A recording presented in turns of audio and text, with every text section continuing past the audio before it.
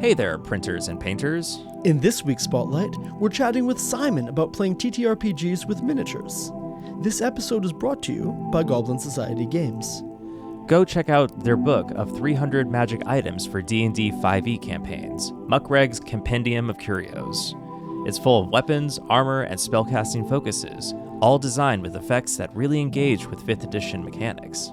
I've been using it in my long-running home game. In a recent session, the party has found the Final Rest, which is a glaive that causes creatures within 30 feet to make wisdom saving throws against becoming frightened, and grants bonuses to attacks, at the cost of half your hit dice.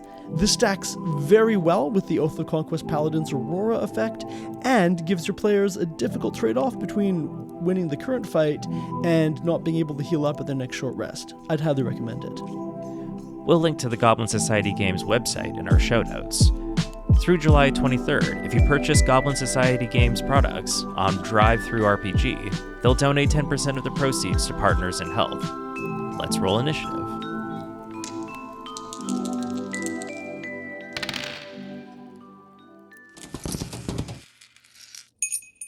Oh, it's you.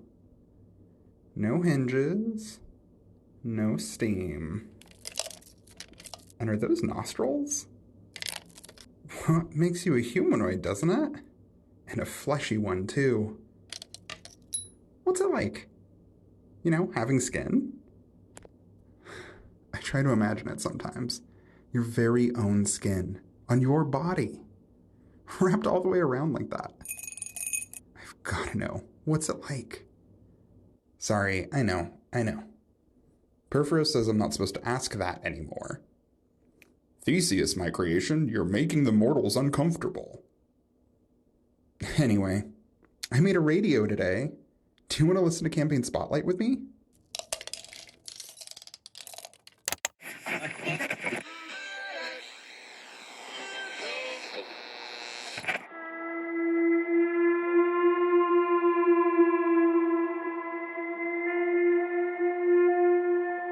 The Thracian Disputation, the Defense of Teleanasis. Thracia was a backwater imperial world that might have survived the Horus Heresy unscathed were it not for the vagaries of fate that drove so much of that civil war. Imperial and traitor forces arrived in the system independently, but within a short time frame, each seeking a safe haven from which their maimed fleets could repair and revictual their forces. A series of skirmishes and small-scale engagements between scouting forces quickly began to escalate, with none of the belligerent forces willing to surrender the world's valuable supplies to the enemy. Some of the armies were in fact incapable of departing without first making serious repairs to their vessels. Ultimately, these skirmishes grew into a planet-wide war, drawing the attention of allied fleets on both sides of the conflict. With so many warriors and logistical assets present, commanders among all belligerents saw an opportunity to deal their enemies a serious blow, and ultimately a handful of Primarchs were drawn into the conflict. The traitors had gained the upper hand and pushed the Loyalists back into the ruins of Thracia's capital city, Teleanasis. Both sides had suffered tremendous casualties and victory would be at best Pyrrhic, but the war ground on to a bitter end, seeing the Loyalist forces defending a final line of ruined walls and underground tunnels, hoping that they might survive long enough to mount an orderly retreat from the system. Traitor forces had suffered such severe casualties themselves that they had little to gain from victory, but a grim satisfaction in the flow of blood.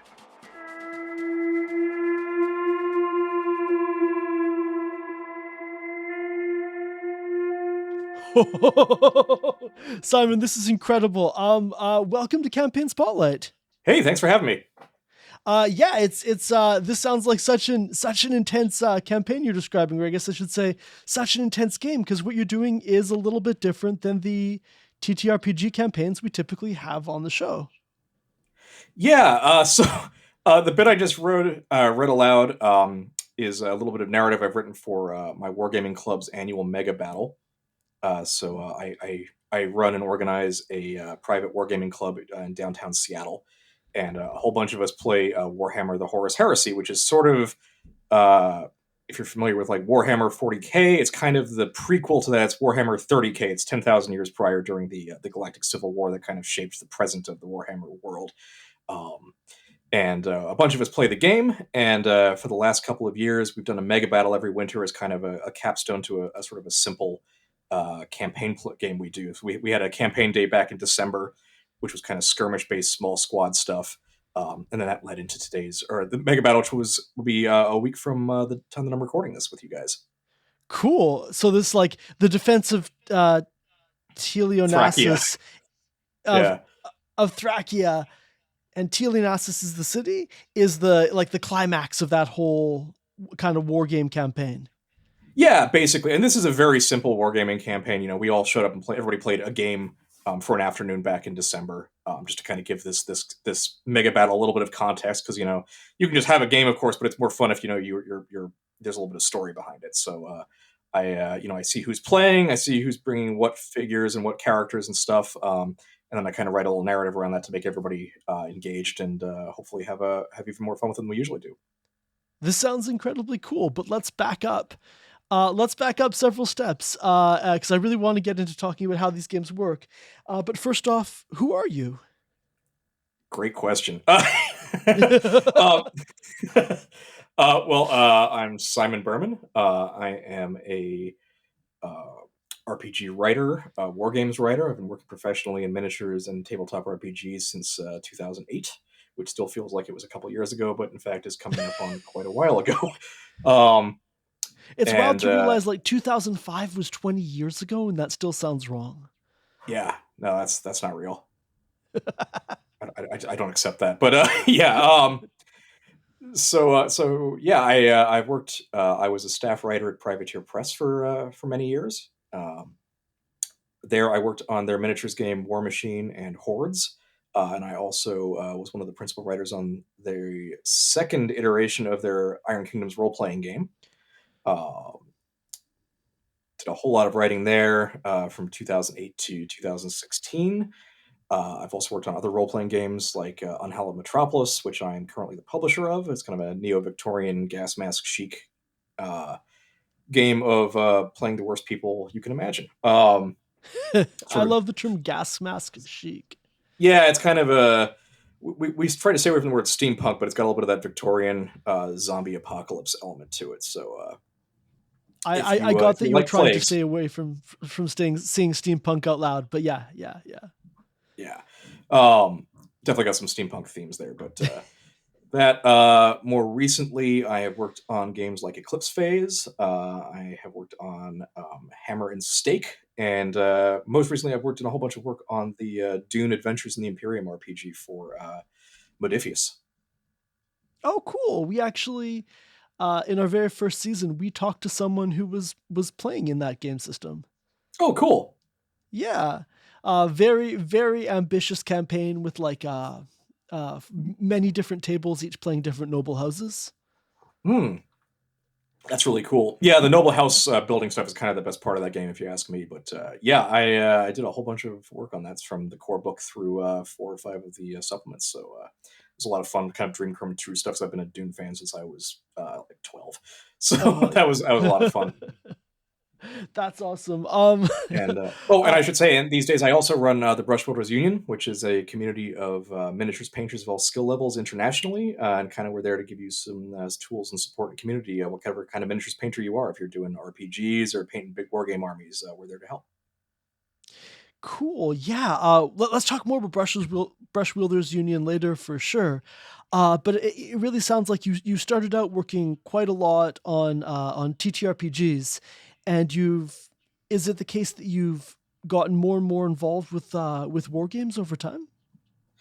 It's kind of complicated. I started playing RPGs and war games both around the same time, which would have been when I was 13 or 14, circa like 1993, 1994. And did a lot of vampire LARP in the 90s too. I won't talk too much about that, but yeah, I probably played a lot of role playing games and stuff, but I played a good amount of Warhammer as a teenager. Then I kind of fell out of it in my late teens, early 20s, which I think is very common, because it is, as hobbies go, it's relatively inexpensive compared to, say, golf, right? But it's not a cheap hobby if you're 20 years old and underemployed. Sure. And trying to pay rent, and you're not thinking about buying a box of Space Marines in that circumstance necessarily. So I kind of fell out of wargaming for a long time, and I got back into it when I was in my mid 20s with War Machine back in around 2006. And long story short, I ended up working there Initially, I moved from New York to Washington State to Seattle because they used to be based in Bellevue, which is just across the lake in Washington from Seattle. And I got a warehouse job there because I made some friends, and I did some writing samples for the war game, and I ended up being a major contributor to the in-house magazine back when they had one called No Quarter Magazine. Cool. So my initial professional RPG writing was actually a little later on. I did professional war games writing for War Machine because that was the company's bread and butter back then, Right. for a couple of years. And then around 2011, they decided to reboot the RPG because previously the Iron Kingdoms role playing game had been for a third edition D&D, and then the decision was made to revamp it with its own in house system. And I was one of the principal writers on that. So, long story short, yeah, I kind of came back to wargaming, but professionally, I was doing wargaming writing technically before I was doing professional RPG writing. Got it. Okay. And you've been doing both of them for quite a while now. Yeah, better part of 17 years now, I guess, which is scary to say. But Yeah, I trust me, I know the feeling. But let's talk a little bit more about I think what's really cool and something we've never talked about directly on the show before is in both the TTRPG setting and the wargaming setting is miniatures. yeah, And I'm really curious as to your thoughts on. Well, let's start off with what is a miniature, and in particular, should we think of like when we put tokens on a battle grid or something like that? Is that the same thing as miniatures, or what is it that they're trying to convey in the game? it's an interesting question. I think fundamentally, in terms of mechanical play, in a role playing game context, I don't think there is much difference between a miniature and a token, right? If you're playing with a battle board of some kind, a mat that you're putting your guys on or you're putting your figures on to move them around, a token is going to largely do the same thing, at least as far as functionality. A miniature is basically just a chance to make that token a little more immersive. And are there settings where you think that miniatures really do add more value than just putting tokens on a board? I think it depends. I've been playing role playing games for since the early '90s, and it depends on the game, right? When if I play Vampire the Masquerade, I'm not really too interested in having a miniature for that because the combat's going to be maybe a little bit abstract, right? Or if you're playing a game where it's a more storytelling driven game like the Warren or something, there's no need for miniatures or tokens whatsoever in that. For D&D, I think it's great because it's an opportunity to kind of make your character a little more real to you, right? If you get your character, and there's so many great options as far as pre-made figures these days if you're buying from Reaper or Wizards of the Coasts, or whether they're tie-ins with WizKids and stuff, or Hero Forge lets you create your own really cool figures these days. Hero very Forge many. is very cool for sure. Yeah, I just ordered a Hero Forge figure for a game I'm going to be playing and starting next month, so that'll be fun. Oh, cool! But In what system? D&D. Oh, Yeah, awesome. but Okay, a friend of mine is going to be running Curse of Strahd, so we're getting some people together, and yeah, extremely fun. And I feel like in the D&D context, in the context of that kind of game where there is a like very clearly defined combat initiative phase, it does make things feel a little more grounded, right? To have those physical representations moving around and also to like look like your character somewhat. yeah. I think D&D in particular, it really benefits from having that graded combat, whether you're playing it online, on a virtual tabletop or in person. So I think whether you're using a token or a miniature ultimately doesn't make that much difference as far as the mechanics, but um, some DMs they really get into running really beautiful tables, with all like the Dwarven Forge scene. My buddy Ed Burrell, who you might know from Skeleton Key Games, he has a really fantastic and immense set of Dwarven Forge tables and terrain that he uses to run his games on, and it is very cool to see these beautiful dungeons he builds. Not just dungeons, outdoor areas and stuff too for his own homebrewed sort of Viking inspired world, which I've only gotten to observe. I haven't had a chance to play in because he moved to Arizona or New Mexico, I should say. But I think stuff like that, it really can put you in the game. There's a flip side to it. They're not for everybody. I think if you're if you're really focused on the role playing and the interpersonal aspects of a role playing game, too much miniature stuff can kind of take the game out of your head and put it onto the table. So there are pros and cons for that, I think. Yeah, that's actually an interesting point because I honestly think of a lot of those social encounters, and maybe this is just, thinking about like Regency era romance novel type settings, right? Where physically being in the ballroom with someone else is important and relevant as opposed to being in the library while someone else is in the ballroom. Like I would actually think that in those settings, the physical location of the characters really does matter. But it's interesting. You say that you feel like it takes people out of the narrative somewhat. Yeah, I think it can. I think if you're focused on what the table is, the table can sometimes kind of overcome your own imagination of the setting. Hmm. And I think some RPGs are better if you don't have that many peripherals. That's reasonable. But But you you know, don't I think feel it like also depends on that's. the story. I'm sorry. Oh, go for it, please. Oh, I was going to say, I think it depends on the adventure being told in particular, too, right? If your story is full of tactical miniatures combat, which most D&D probably is to some degree at least, then yeah, having miniatures at least for those scenes is going to be really crucial. But maybe you don't need them for everything you do in the game. That's usually where I end up with when I DM something. That's reasonable, and I think that systems where there's that let's roll initiative gives a really clear delineation of like, and also this is when we're gonna set up the battle board. Right, exactly. And maybe I'll leave it out just people so to look at on the table. That nothing wrong with that. But if the characters are going to go into an inn and ask what's on the menu, I'm not going to have them put their characters on the battle board for that, probably. I'm confused. You don't make every tavern like an intricate little three-dimensional model Yeah. for the minis to walk around in. Yeah. Uh, no, typically not. But yeah, I mean, I think it's miniatures have a great. They can be a huge bonus to an RPG, and you gotta know where to add them. Yeah, I mean, I think that's really reasonable. It's interesting that you say that, to your mind. I think I agree with this. In social situations, maybe it is easier to just everyone can kind of collectively imagine what it's like to talk with these goblins, as opposed to like gazing down upon small plastic versions of those goblins and trying to imagine those emoting. And I think I am on the same page with social encounters.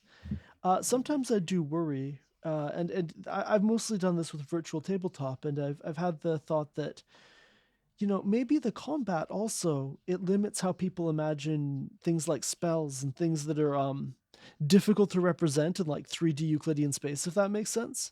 And like minis combat really does Yeah, absolutely. make you think more like hack and slash, hide behind obstacles, and less like I'm going to control the weather. Yeah. No, I think there's definitely it creates some distance between what's in your head and what's happening in the gameplay. And that can be good or bad depending on the system. Yeah, I guess I'd love to hear some experiences that you've had running combat with minis and what you think has worked well. Um, yeah. These days I don't run that many RPGs. When I do, Yeah, they do fair. actually tend to be low on miniature stuff. I ran some Vampire the Interesting. Masquerade for some friends a few years ago, and there were no miniatures involved in that whatsoever. Um, but And so, I'm trying to think what the last time I used. Go ahead. oh, so you're really saving your miniatures combat for war games. Yeah, I mean, these days wargaming is probably the biggest kind of gaming I do in terms of time and you know um, effort. So I don't necessarily feel the need to make miniatures a big part of my RPG experiences either because I do quite a bit of miniature stuff. That said, after my friend runs Curse of Strahd, I'm going to run the Rime of the Frost Maiden campaign for D&D, and I'm planning to make that pretty miniatures heavy. So I'm actually starting to slowly acquire the minis I'm going to need for that campaign. So maybe you could have me come back on in a couple of years. We can talk about how that went whenever that goes. But yeah, I would say mostly the miniatures stuff I've used is wargaming for the last probably decade. Very not a whole lot of it in tabletop RPGs. And the big distinction there, I think, is that in a war game, you're not really trying to inhabit the head of one specific character. And so you don't really need to, it's less about imagining what your one guy is doing, right? And it's more about physically keeping track of where all the guys are on the field of battle. Yeah, exactly right. You're actually you're modeling a battle. Right. And because this is something that it does feel like, using minis in, I think about this a lot in TTRPG settings, it really does feel like it lends itself more towards encounters and moments that feel like battles. Hmm. It's a little bit harder to have like an environmental challenge where it's like, oh, people are in danger of drowning, or there's lightning or something like that, or there's magical effects happening around them, because those are harder to visualize with minis. But what does work well with minis, to my mind, is yeah, hack and slash combat, hiding, armies squaring off against each other. And so it really feels like it prioritizes that kind of story in particular. Yeah, I think so. There's some interesting stuff that's being done, kind of on the fringes of wargaming these days with non-combat miniatures gaming, which I find really interesting, but I haven't had a chance to dive into too deeply myself. Um, but yeah, it's. I think traditional RPGs like D&D and Pathfinder and so forth, they do well, pretty well with miniatures because they came out of miniatures wargaming originally, right? Like, D&D came out of Absolutely. chainmail, which was a way to play fantasy miniatures combat. Before that, it had all been kind of historical. So, there's sort of a natural progression there. But I think a lot of the sort of second gen RPG stuff, or I mean, second or even third or fourth generation, like Vampire and so forth, theater of the mind became, more accepted and normal. And now we have games that do both. Why do you think that shift happened? Why do you think there was that move away from, that old school D&D minis are an integral part of the game to like theater of the mind being the norm? Well, I think a lot of it had to do with White Wolf's games in the '90s. The D&D was, really struggling, anyway, for a variety of reasons. And the World of Darkness stuff felt really fresh in the early '90s. It was cool and sexy in a way that D&D wasn't anymore.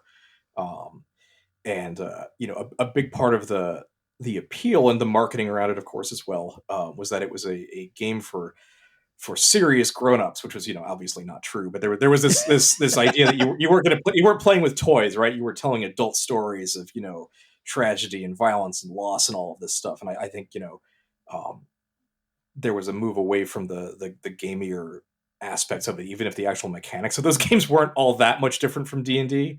But Right. by and large, it was all abstracted, the combat, right? You'd have your actions and stuff, but nobody was really putting miniatures on the table to any serious degree. So I think a lot of it was, this sort of false idea that it was the more mature way to play was theater of the mind, which was equal parts um, true to some degree, in terms of, if you don't need a miniature to tell a story of, gothic romance or whatever. But those games still had their hard head combat engines running them, so it was, you're kind of talking out of both sides of their mouth, kind of inadvertently, I think. Right. And like at the end of the day, and I love playing TTRPGs, but like these are silly games we're playing, let's be honest. But uh I guess upstream from that, there must have been some shift in perception, right? Like at one point, everyone playing TTRPGs in the 70s and 80s was like, yeah, minis are an integral part of this, to the point where they're just buying little plastic figurines and saying, this is an owl bear. We're going to use that in our sessions now because we need the physical minis there for this to make sense. Yeah, And then at some point, and yeah, I think the 90s is probably a reasonable place to put it. It does feel like theater of the mind became what the source books for TTRPGs were expecting that people would be doing. I think it's probably difficult to overstate how big those White Wolf, Vampire, Werewolf, Mage games were in the '90s. Like, Hmm. they were they were huge. They were bigger than D&D for years. Their decline and fall is a different story. um, but they were everything. D&D really was quite diminished at that point. And like, if you asked me about a role playing game who was getting into role playing games in 1995, chances are decent they thought of Vampire before Dungeons and Dragons. Like that's how big those games were. That's Um, fascinating. I mean, I guess that was also the real end of the party for TSR, right? The publishers of Dungeons and yeah, Dragons were in just the worst possible straits financially.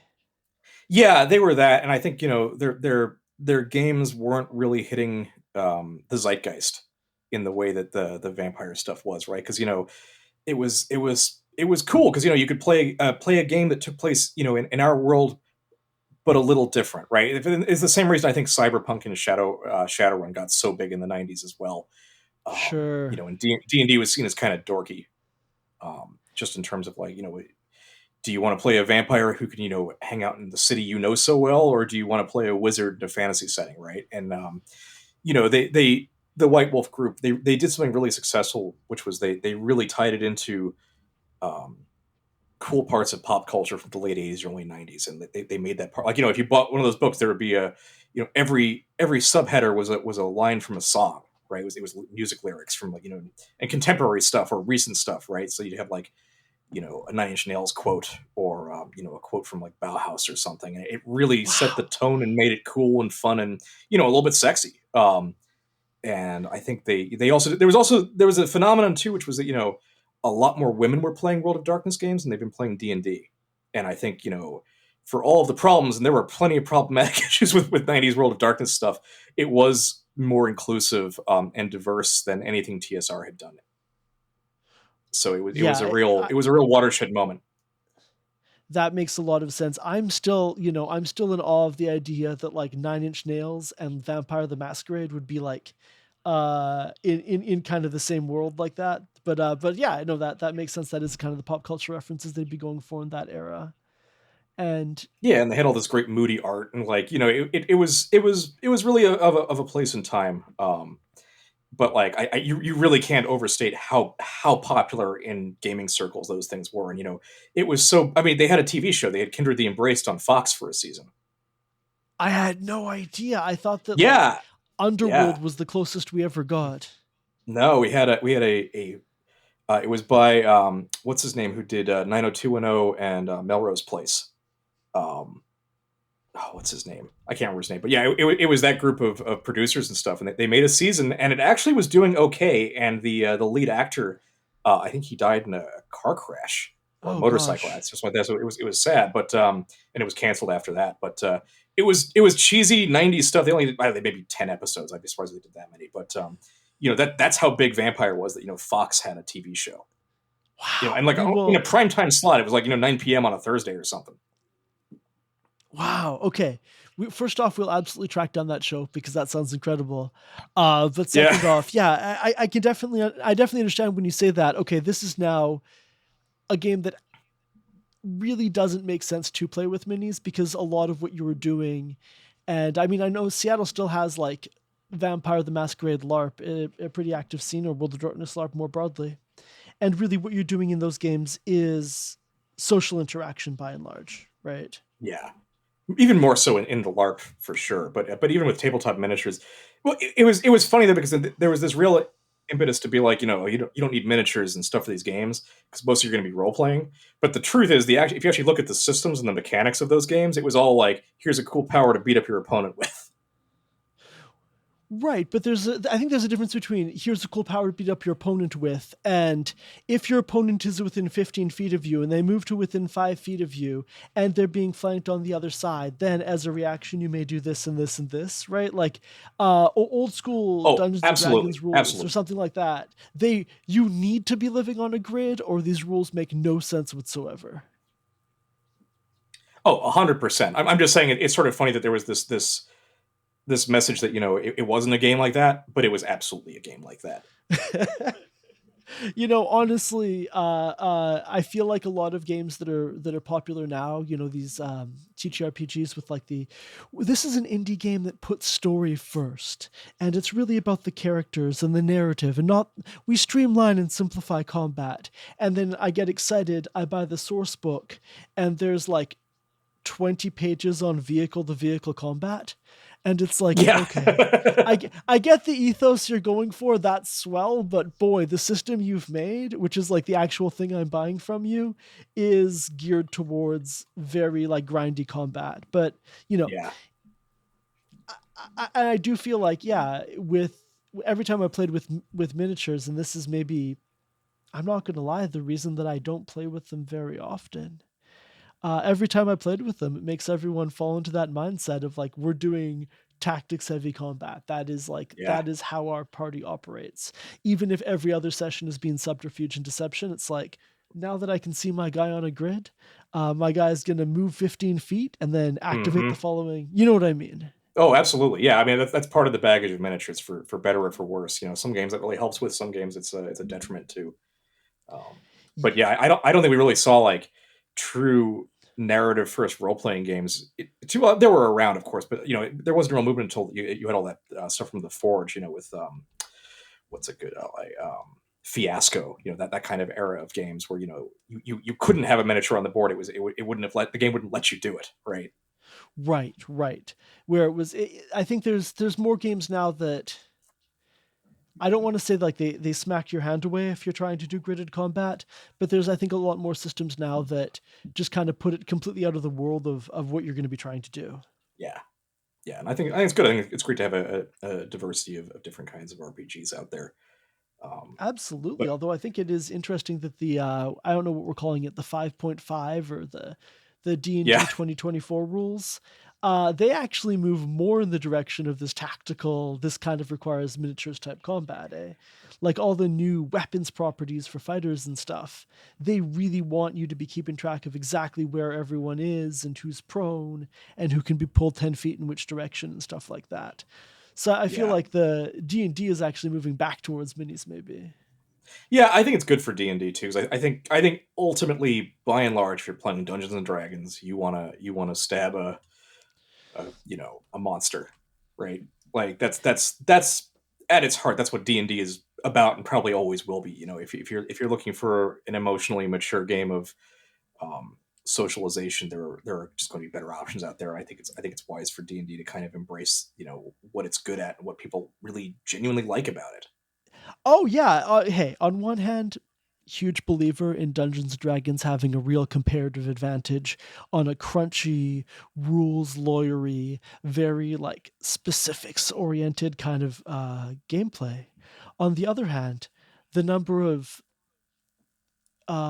emotional narrative inner growth and story type campaigns I hear about being implemented for some reason in the D&D 5e or a similar system, people do seem to use it for basically everything, even if it desperately wants to be like a Yeah, game with grids and a game with like battle yeah. sets and things like that. I think to a certain extent, the reality is that any role playing game, once it's in the hands of the GM and players, it's going to take on a life of its own, right? And Sure. if your D&D group is having fun playing D&D, and you like doing all that character stuff, which I think people generally do, and your group wants to do more socialization stuff, you just do it because you don't really need the rules that much to do that stuff, which is, I know, sort of heresy in certain role playing game designer groups these days. And obviously, I think it's great if a game has mechanics that are built to encourage and facilitate that stuff, but you don't actually need it, right? If your group is just going to do it, you can just talk to each other, and that's all you need to do. So I think D&D gets to have it both ways, just by dint of being such a being bigger than the rest of the industry by many orders of magnitude. It means most people are introduced to role playing through D&D may never play another game, and when they want to play different kinds of games, they don't even know there is an option, so they just do it in D&D. And because of the nature of role playing games, you can make that work okay. Yeah, hey, the idea that people don't know that there are systems other than D&D, a bit bleak, probably accurate. And I think that if a game is less popular, I'll say, or let's put it a different way, if a game is less widely played, the way that people play is closer to what the creators expected, right? Because the way that you get into the game is by like buying the book directly from the creators, or there's like the one official actual play for the game, and you watch that and you get the sense of how to play. Whereas for something like Dungeons and Dragons, because it's so popular and because there's so many people playing, the way that you learn how to play is by like watching other people learn to play, who've watched other people play, who've watched other people play, and they're the people who read the books maybe. And Yeah, so there is this expansion in play styles where, for all we know, the people actually writing Dungeons and Dragons are sitting in their I'm assuming their castle in Renton, whatever sinister structure they're in. Um, and they're saying, we need to have a game that is geared towards grids, geared towards these precise rules. Everyone knows where they are and which 5 foot square they're occupying. But by the time it filters out, from them to the people who play, to the people who do actual plays, to like the audience for those, to the people they DM for, it ends up looking a whole lot different. Oh yeah, and and every group brings its own expectations to the table, right? I think the rise of actual play has largely been a positive for role playing games, but it does carry some baggage with it as well, right? I think it's raised people's expectations. They all have to be theatrically proficient to role play properly, and that of course is not the case. I've as some of my fondest memories of role playing games as a teenager, where we were barely doing any play acting, but we were telling oh, my character does this and that, and we had a great time just doing that. But yeah, I know. I think it all comes down to what works for your group and what your expectations are. But I think you really it's difficult again to overstate how big D&D is, and I think Mm. a lot of people who are into role playing games in a really serious way can sometimes lose track of the fact that the smaller games that you love and are well made and are really inspiring to you represent such a fractionally small part of the role playing game sales and industry, right? Like my guess is D&D outsells everybody else by thousands to one, if not tens of thousands to one. Um, so we can actually see up until I think 2022 what the most popular systems used on Roll20 are. Yeah. And so that's not a great proxy because Roll20 is for a specific type of game, right? But I think let me find the numbers real quickly. Um, so the most recent quarter they have is 2021, and as of um, as of 2021, yeah, D&D 5th edition is the dominant system, but it's not really overwhelming everything else by that far, right? So I would take that with a big grain of salt because I think Okay, if you're playing on Roll20, you're probably a pretty hardcore role playing game person. fair. And my suspicion is, and I'm not my suspicion, but I historically, um, the bulk of people who play D&D don't show up in places like Roll20. They're playing on D&D Beyond, but they're playing with people who never interact with the broader role playing game community. And if you're playing on Roll20, you're one of the chosen. You're really into the hobby. You're not just a D&D player. And I think it's there are so many more people who have never even heard of Roll20, who are playing D&D, even occasionally, but they're the ones who are playing the game the most in the aggregate. And I think there's so many more of them that like the sales of those D&D books, I know, a good print run for a core book for a role playing game, for a popular but not huge role playing game. Or, I would say, so let me take that back. A good print run for a core book of a role playing game that has it's going to be intra-distribution. You're going to be able to find it at most your local game shops is 25 to 40,000. That's a lot. That is I a ton. That's Yeah, yeah. that's a big print run, and I am pretty sure that a single print run of the D&D Player's Handbook is probably 2 or 300,000. Point well taken. So it really is 10 times the scale of another successful game. Yeah, like there are two industries. There's Dungeons and Dragons, and there's the hobby role playing game industry, and Yeah. I think for better or for worse, that's how it is. Will it always be that way? I don't know. It almost wasn't in the '90s. I think White Wolf briefly kind of surpassed that, from TSR, but that had as much to do with TSR's bad business practices as it did with D&D not meeting the moment culturally. So We I don't know, but D&D is just moving from strength to strength. Yeah, I think that's entirely reasonable. I want to get your thoughts on the role of actual plays in cementing that too, because it does seem like all the successful, not all, the vast majority of successful actual plays are in a D&D 5th edition world at the moment. Yeah, and I think that's unsurprising to me. It's the game that the bulk of people know about, right? Oh D and sure. D is an American cultural pillar at this point. It's maybe not up there quite with the NFL or something, but it's approaching that. It has that kind of American name recognition internationally.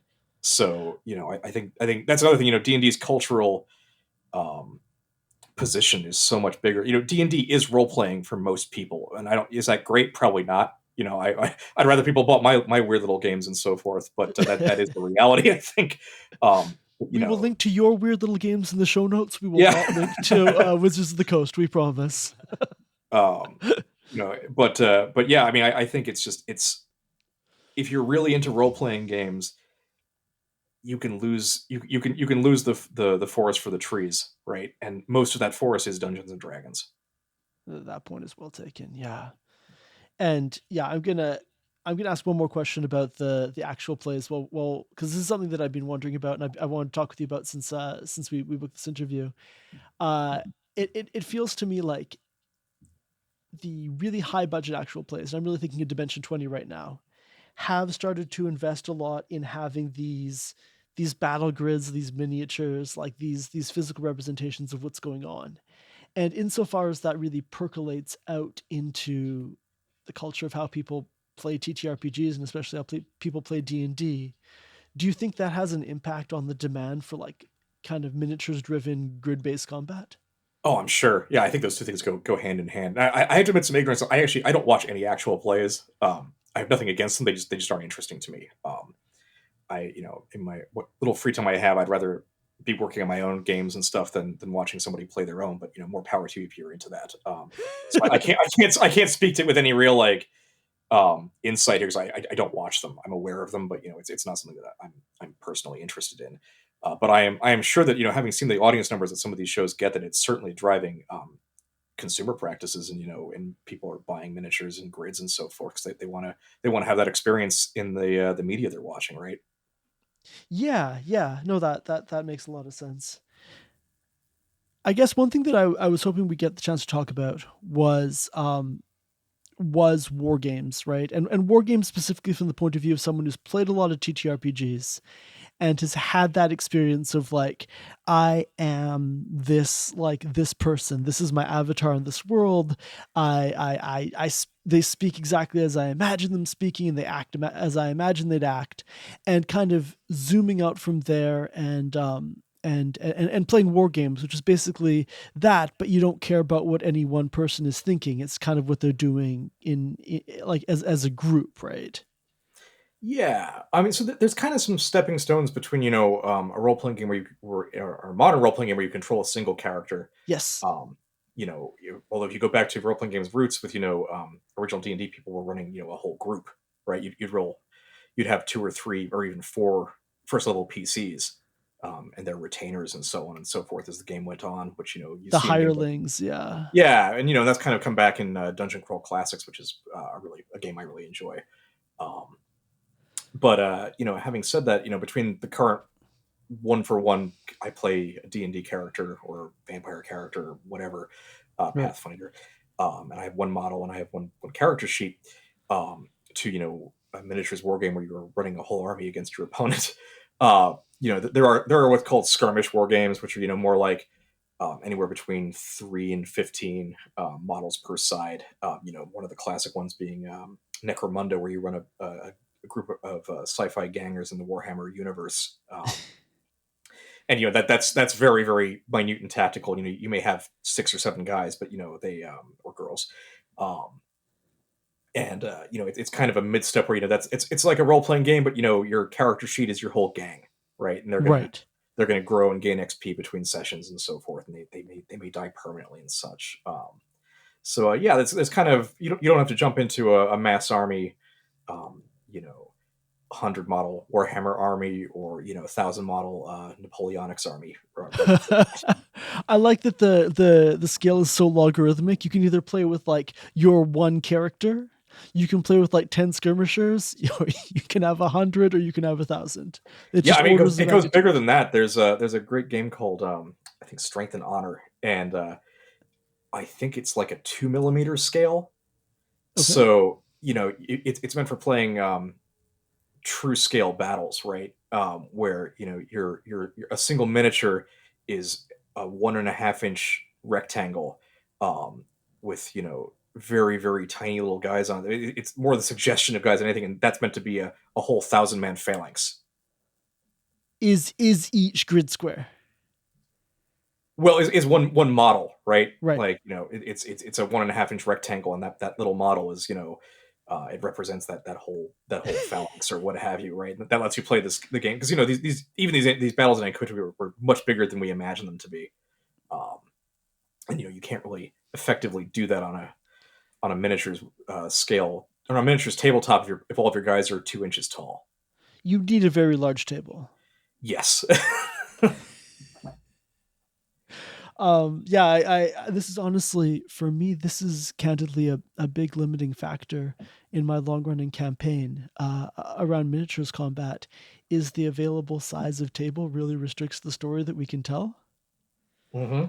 I feel like Seattle real estate has conspired against people having dining rooms with large tables in them, or like Yeah. let's be honest, dining rooms whatsoever. And so if it's going to be miniatures combat, it has to be pretty close quarters so that everyone can fit. Yeah, I mean, again, fortunately, there's so many good skirmish games these days that are increasingly kind of designed with that in mind. One of my favorite skirmish games is a game called Test of Honor, which is um, a samurai miniature skirmish game that plays on a 3x3 table, and it's very fast paced. But you can play it on your dining room table for sure. Very cool. And that's And that, that's another of these games. It's like a dozen or fewer minis per side. yeah, probably looking at like 20 to 25 miniatures per side, but yeah, not Okay. a huge amount, no. Um, and that game's a lot of fun. It's very much like a Kurosawa movie generator more than a realistic depiction of Sengoku era samurai Okay, but that combat. sounds. Let's be honest. That is way more fun. Absolutely, yeah. No, it's 100 times more fun. Like you get to like take dishonor cards and stuff and make like low blows, or fight honorably and get bonuses and stuff. So it's very over the top, but the miniatures are beautiful, and it's a really cool game. Hell yeah, hell yeah. I feel like dishonor cards need to be a thing in real life sometimes. Anyway, Yeah. that kind of gets to my question, which is, what systems would you recommend for people who are familiar with the one to one? This is my character, and it sounds like these skirmish systems are the way to go. Yeah, I think so. There are a ton of options. There's thousands and thousands of miniatures combat games out there. Mhm.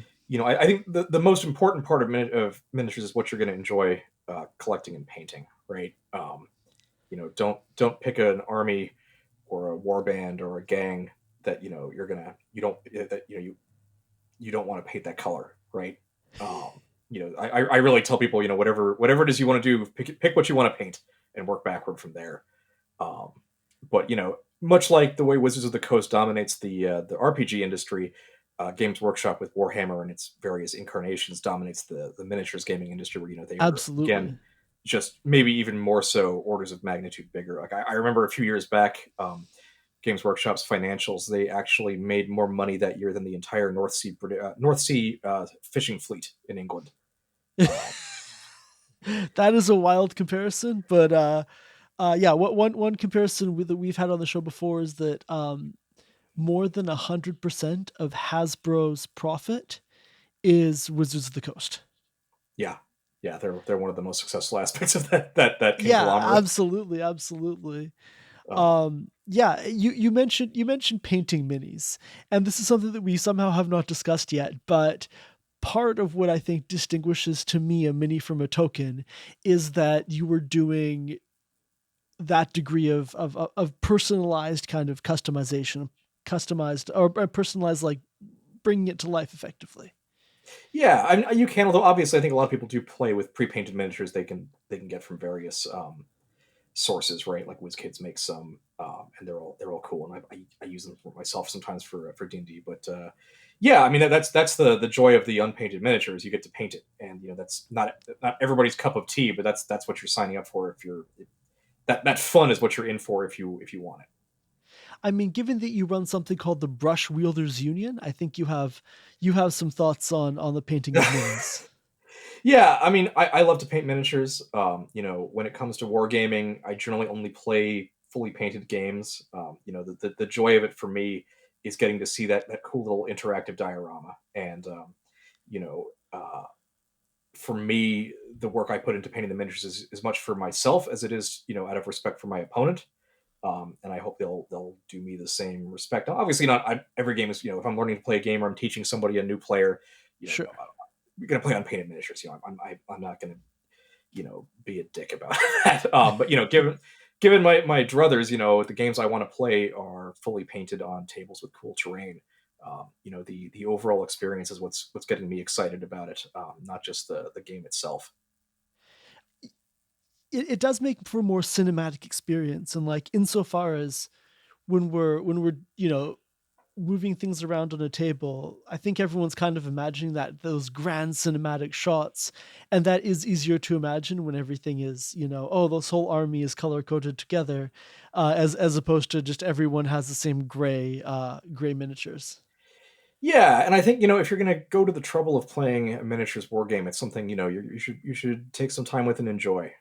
Yeah. I don't think there's been a bit of a over the last decade or so, an idea of kind of a fast food approach to miniatures gaming where everybody's on the same page with the rules. You can show up with your game and have a very predictable experience with another player, and there's something to be said for that. But I think at its heart, you're better off playing these games as gentlemen's rules, right? Where you and your opponent talk about stuff in advance, and you don't bring a list that's going to be no fun for your opponent to play against as well, unless they know it's coming. Is that with games like Warhammer 40K, is that an issue where you can just put together a list that is hard to counter or just not fun to play against? It depends on the game. Some games it's more possible than others. That is particularly, I think it's very possible in Warhammer 40K at the moment. It Mm. typically has been, and I think part of the inherent issue is these games. There's a lot of ambiguity. No matter how clear your rules are, if you're not playing on a grid, which these games aren't played on a grid, you're measuring with a tape measure. And you need to understand that it's not a video game, right? Like you're not going to have that kind of precision, and the ability to update the game's rules and so forth isn't even desirable. I don't there are certain contingents, especially in competitive players, who want those regular updates and stuff. And I would actually rather play a broken game that I know how it works all the time than play a game that is being updated with rules fixes constantly. And that's sort of a controversial statement in miniatures wargaming these days. But yeah, if the game basically works, I don't mind fixing it a bit myself, and talking it over This with my opponent. Yeah, I think the comparison to video games, this comes up in a lot of our interviews, and it is helpful to think about, like, okay, there are things that video games do really well that we'll never be able to do at home. But what is it that, and I'm going to ask you this, what is it that tabletop miniatures gaming in particular, and this can be wargaming or it can be more like RPG, what does it do well that we can't do well in a video game? Yeah, I mean it's simple for me, right? It's the tactile immersive experience, right? Yeah. If everything's painted up and it looks great, you can reach down and touch it and move stuff around in a way you can't do with a video game. And there's um, something so satisfying about that you can't convey unless you do it yourself. And that's why my goal is always to play these games with really nice looking tables that are really immersive and are worth the time and effort. There's a lot of delayed gratification in miniatures gaming, right? And I think Sure. that's not that can be viewed as a negative, but so you can't, if you want to get the full experience, you're not going to get it by opening the box and playing it, in 20 minutes. It's going to take you a couple weeks to get your stuff painted up, or maybe even a couple months. And I think that's a good thing, honestly. It lets you enjoy, anticipate, and enjoy the game you're going to play. And the reality is too is if you're a serious miniatures wargamer, you probably spend more time painting than you do playing by huge amounts, right? And that's fine, because when you're painting, you're thinking about the games you're going to play. You're thinking about the miniatures you're painting. It's a chance to live in with and engage in that world, even when you're not playing the game. And I think that's part of the gift of miniatures wargaming. I really like that answer, and you, in terms of the time commitment, you haven't even gotten at the building the table, right? Building out that terrain and everything. Yeah, and I mean, there's lots of ways to do that, right? Bespoke terrain is wonderful. I don't really have the talent or drive for it, so I kind of find happy mediums. I buy some terrain and I paint it up myself, or I I commission buddies or trade and stuff to get the terrain I want on the table. But there's lots of great out of the box options too. I'm aesthetically, I'm of the opinion that terrain should serve the miniatures. So I actually like to keep my terrain a little bit on the simpler side because it makes the miniatures stand out and be the more exciting part of the show. But there's a lot of schools of thought on that and how to go about that, whether you're playing a D&D game or whatnot. In D&D, I'm happy to use paper maps and stuff, or and top down looks at buildings in a miniatures war game whenever I can. I'd rather have actual 3-dimensional buildings and forests and so forth. But those are distinctions between the two kinds of games for me, if that makes sense. Absolutely, and I think that if you're going through all the trouble of painting a huge army of minis and you want those cinematic moments, putting it all on just a sheet of graph paper doesn't give the same that same moment of awe as having everything on actual 3-dimensional terrain. Yeah, and again, there's nothing wrong with that. Like some of my fondest wargaming moments were from when I was a teenager, and we were using soda cans and pizza boxes as terrain, right? Because we were 14. We weren't going to get serious about the hobby at that point, and we don't have the time or the money or the attention span to some people did, which is also really cool, but that's pretty unusual, I think. But I have very fond memories of very basic, bare bones, unpainted miniatures gaming, and I treasure those. But now I'm in the point in my life where if I put the work in an army, I want the game to honor the work I put into that army, and I think it's perfectly fine to play games with other people who expect that, and you're doing it together, right? It's collaborative. It's not just competitive. Absolutely. I think that is also something that these game systems offer that video games can't, right? Is that sense that you are mutually putting in a ton of effort to tell an interesting story together. Yeah, and also the miniatures and your army and your D&D character, if you're painting up your D&D mini, they're yours in a way that you're never going to get with a video game, right? Like you can use the character generator and you in Baldur's Gate 3 make a cool looking character, but it's not. I've spent more time in that character generator than I've actually spent playing Baldur's Gate. Yeah. But at the end of the day, it's just it's a palette that you made some choices from. Whereas the D&D figure, you put that time in, and you've got something you can hold in your hand at the end of the day.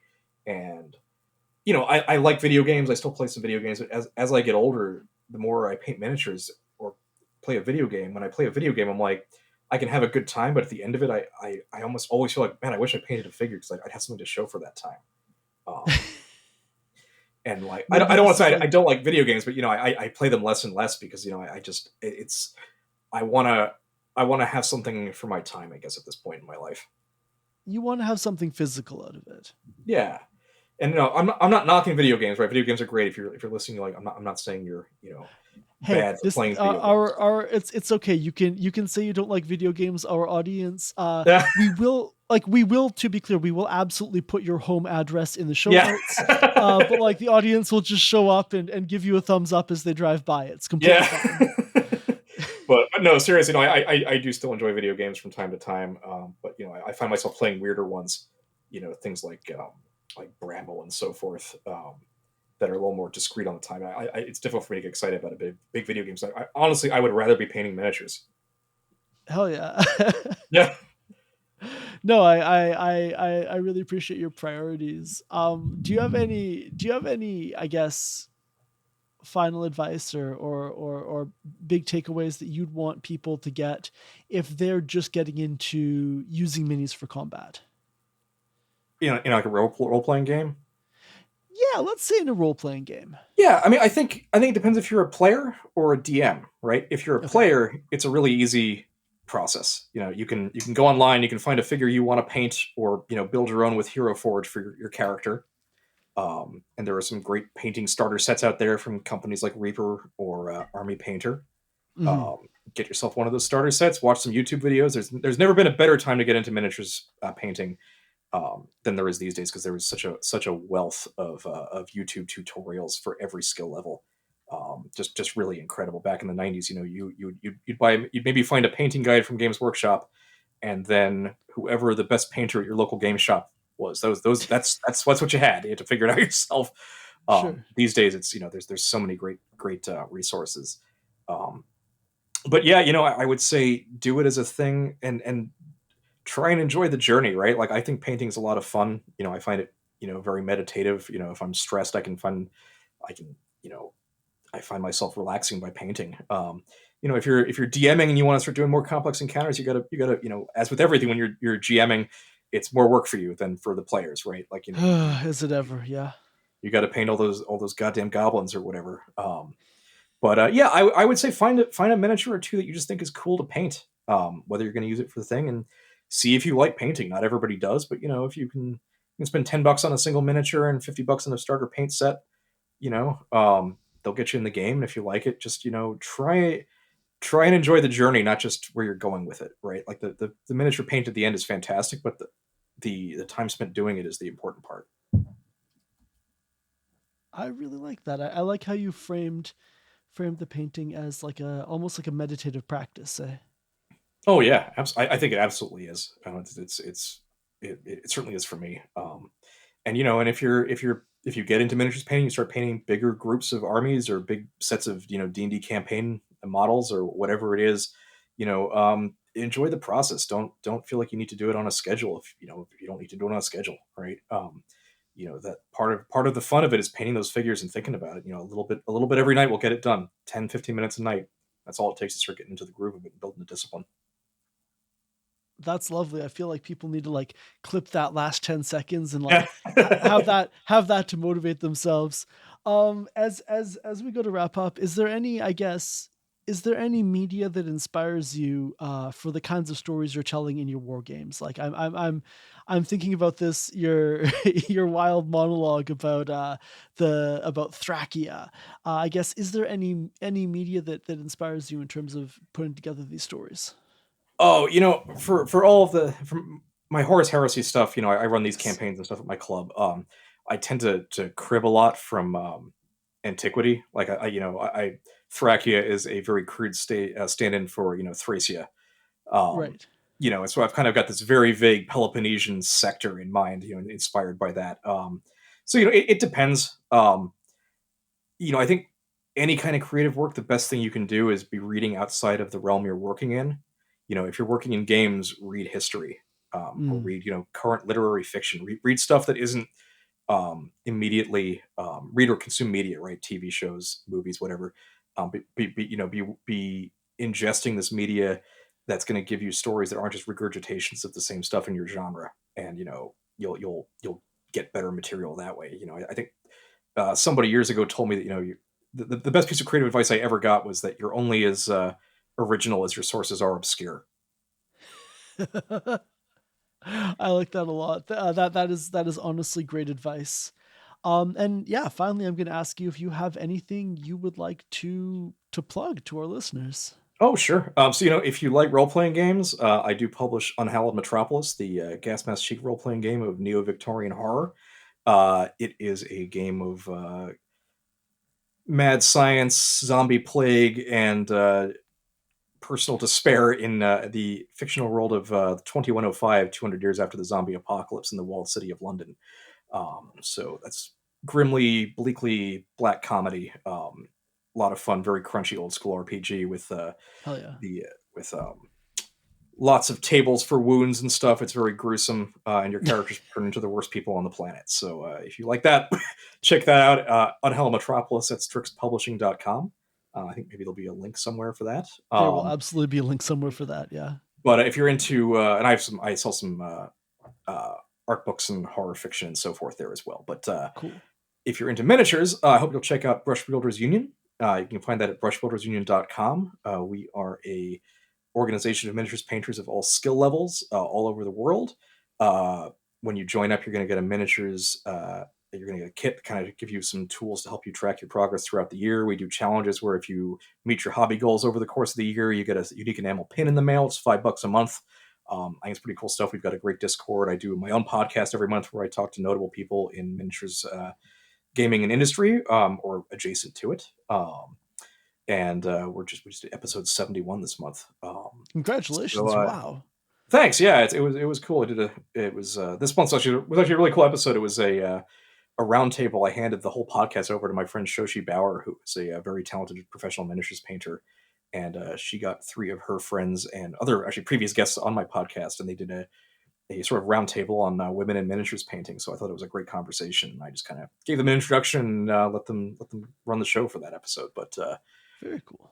yeah, so yeah, brushbuildersunion.com. Whatever kind of miniatures painter you are, whether you're painting for the first time, you're a competitive Golden Demon Awards winner, we've got some tools to help you out. Excellent. Yeah, we'll absolutely link to Brush Builders Union and the podcast in the show notes as well. Simon, this has been a really interesting conversation. I'm really grateful to you for taking the time to come chat with us. Oh, it was my pleasure. I'm always happy to ramble about gaming stuff. So, Jake, it was nice talking to you, dude. Thanks for the time. Of course.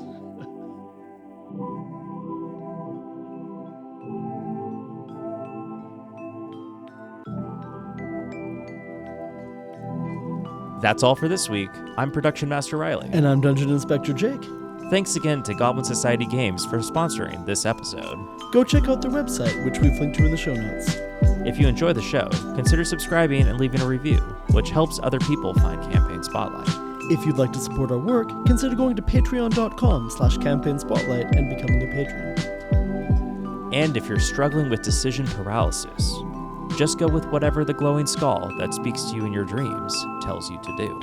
For more on the show, including links to all our social media, visit foldedfrequencies.com/campaignspotlight.